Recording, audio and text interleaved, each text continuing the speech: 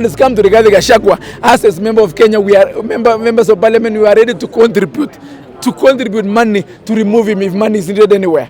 And I can still stand there that if money is needed anywhere, we are ready to contribute to even give him some retirement package, because he has been so much a trouble to us.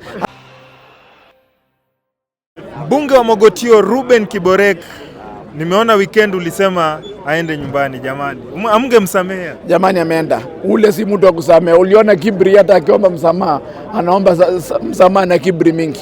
Ule ni mtu ambaye ni ngumu kumsamea hata ukitaka kumsamea. Ule ni mtu tumeishi naye kwa uongozi for the last 2 years, and is the most difficult leader to deal with. He's a selfish leader, he's a greedy leader, he's a leader who stops at nothing but for his own personal interest. Yesterday you heard him speaking. He was my wife, and I said my wife, my son, my sister, my brother. To him the whole world circulated around my own, my. And he does all these things and hides under the tribal card for protection and to look like he's the savior of Mount Kenya. He's the same person who is in record calling Mount Kenya youth Mongiki. He's the same person who is on record never saying anything about Mau roads and other things that affects the life of Mount Kenya. He's the same person sabotaging the tea reforms and coffee reforms. So Rigathi Gachagua is a person who is so greedy, so insecure, and so much obsessed with himself and his own environment. He's a very toxic human being who hides under the tribe and under my people. The people of Central Kenya are very good people. The people of Central Kenya are very progressive people. And I think Kenya deserves better leaders than Rigathi Gachagua. And today the National Assembly has done the right thing. What next for him? Ameisha kabisa ama what about next? That's God's work. It's God who knows what next for all of us. But us as National Assembly, we are done with him. He'll go to Senate. The mood of the House, because Senate and Parliament sit in the same environment, Senate will do away with him. He'll go to court. Court will do away with him. Then God knows what next for him. For that, I cannot say what next for a man, because we are all looking up to God. But it is good for Kenya. It is good for young leaders. He has been fighting many young people. He has been fighting many young leaders, including some of us, because of standing with our youthful friends like Ndini Nyoro. And today, it has been demonstrated in the House how he has disrespected young leaders, he has disrespected women and each other and every other leader in this country. He was on record saying yesterday he was elected by 7.2 million Kenyans. He was selected by William Ruto, the president in Karen, during the nomination, the URP nomination. And when he was elected, there were many other competent leaders. For him to be so arrogant and rude that he was elected, and yet he knows he was elected, they fought a leader and he had only 5 members of parliament then who stood with him to be deputy president. Today he had only 44 across the whole country, meaning that there's a problem with this man. All leaders cannot be wrong. He's a man so full of himself and so entitled that he cannot be able to accommodate other views and other leaders. Mheshimiwa Kiborek, watu wamekuwa wakisema makanga kienda dereva pia aende. Mambo ya makanga na dereva ni sawa, lakini leo ile motion tulikuwa nayo ya makanga. Wacha tushukishe makanga leo kwa hii stage. Mambo ya dereva tuna discuss, mtu mwingine akileta motion. But kwa leo ilikuwa ni story ya makanga, na makanga imebidi aende baba. Dereva labda baadaye, lakini kwa sasa ni makanga. Tumeshukisha makanga, ameenda. So wacha gari iende, kama ngara atajaza gari ikisonganga ikienda mbele. So ile mavijana ya stage watajaza gari, dereva ataitisha fare ikisonga mbele. Kaende. Alafu watu wamesema it was a political witch hunt. It was not about the issues you raised. There's nothing like political witch hunt, because yesterday you saw he confirmed 2 charges. And according to Procurement Act 2015, Article 66, he confirmed that indeed the issue of KEMSA, he had something to do with it. That was a clear conflict of interest, because he did not disclose that his company, the company of his son, the Crystal Company, was agency of the Indian company, which was called Shaboka. Secondly, he confirmed the treatop KWS Hotel, given that KWS is a government institution, and saying that you were given lease without competitive fair tender. That shows that it was a clear conflict of interest. You use your position and power to get that, to run Treetop and to get the lease, because they were nowhere that was floated a tender for Treetop Hotel, and it's a government institution. It's under KWS. So that was a clear conflict of interest, and many other grounds that including insubordination and many other grounds. So he made his bed, let him lie on it. Mheshimiwa, just to ask you, as a politician, as a young politician, a good friend to His Excellency William Samoei Ruto, just to ask you, as a politician, what have you learned? What have you picked from this, impeachment of Deputy President, as well, Pia, from the relationship with Deputy President and His Excellency William Samoei Ruto?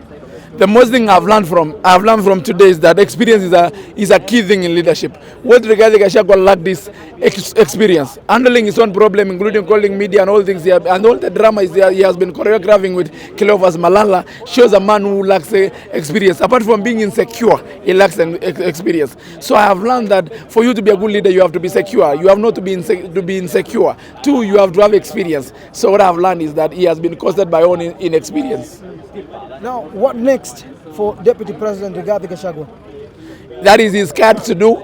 He's going to Senate, I'm sure, and Senate for sure will deal away with him in the next 2 weeks by the 19th. He chooses to go to court or not, the court will do his work, because we did our due diligence, we did our work proper, and you know, this is a quasi-legal, quasi-political situation, and we have done our politics, our legal part of it we have done, and we are continuing doing with our competent lawyers in the house, and for us he's done in terms of impeachment. What he has to choose, and I cannot predict his future, because future belongs to God. It is his God who knows his future, but for us we have no future with Rigathi Gachagua. For this country, the same man who is in record calling the young men from Mount Kenya, because I'm a young leader, he's calling the young men from Mount Kenya Mongiki. He's in record calling them Mongiki and calling for execution. He's the same man who has never talked about Mount Kenya roads. He's the same Rigathi Gachagua who has never discussed anything pertaining the problem facing this country. But he hides under tribe after going for myself, my wife, my father, my brother, my everything. The man so obsessed with my and his own small circle. So we have to tell him, see you on the other side of the road.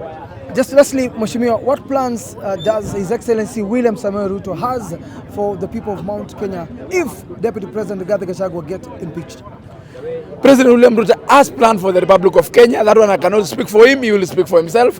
But I'm sure that another competent leader will come out from Mount Kenya and other regions of this country, and this Kenya will go forward. This Kenya will move from Rigathi Gachagua. No one is indispensable. No one is indispensable. You know, sometimes you can have the feeling of self-importance that Kenya cannot move without me. Gachagua will watch Kenya from his TV moving forward. Other leaders will emerge, and Kenya will go forward. Tomorrow we will see people, we'll see conversation, we'll see propaganda. People will be suggesting, proposing that maybe kuna bahasha, kuna briefcase ilitembea, maybe kuna pesa ilitembea kidogo. I am on record said, when it's come to Rigathi Gachagua, as a member of Kenya, we are members of parliament, we are ready to contribute money to remove him if money is needed anywhere. And I can still stand there that if money is needed anywhere, we are ready to contribute to even give him some retirement package, because he has been so much a trouble to us and a trouble to leadership that he's been on record telling the members of parliament from Mount Kenya that they are one term for standing against his toxic negative politics, and we told him fair. If they are one term, you be half term, and I think we have served him out. He is half term and he has to go. Advice to Deputy President Rigathi Gachagua. My advice to Rigathi Gachagua: seek peace with yourself. Seek peace from your own God.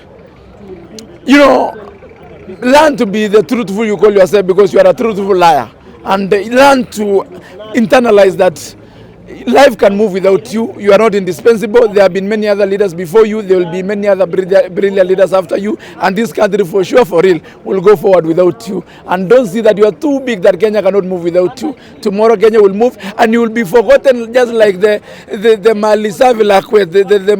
It make a song that has been forgotten. It will move like it has moved. We have moved without Uhuru Kenyatta. We have moved without Moi. No one knew this country will not move without Moi. No one knew this country will not move without Kibaki. Kenya is moving. It will move for sure, and you will be forgotten like Malisa Vilakwe, Itmeka, who I think for now is forgotten from the scene, and you'll just move. Kenya will move on. That's what I can tell you for sure. Gachagua thing is bigger than life. He is not. He is just Rigathi Gachagua. You remove police, you remove media, you remove the trapping of deputy president. He is another first-time MP who got luck and through lotto and yes, no, and William Ruto's election, he got to be deputy president for 2 years. Thank you. I, William Samoei Ruto. Truly and diligently. Can you just shut up as I pump knowledge in your empty mind? Kagombe. In full realization. Well, that is not accurate, and I have messaged it.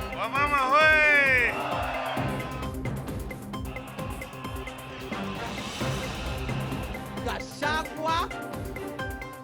Wakenya siwasikii Gachagua. My brother President William Ruto, please find it in your heart to forgive me. It's almost at 1.9 million.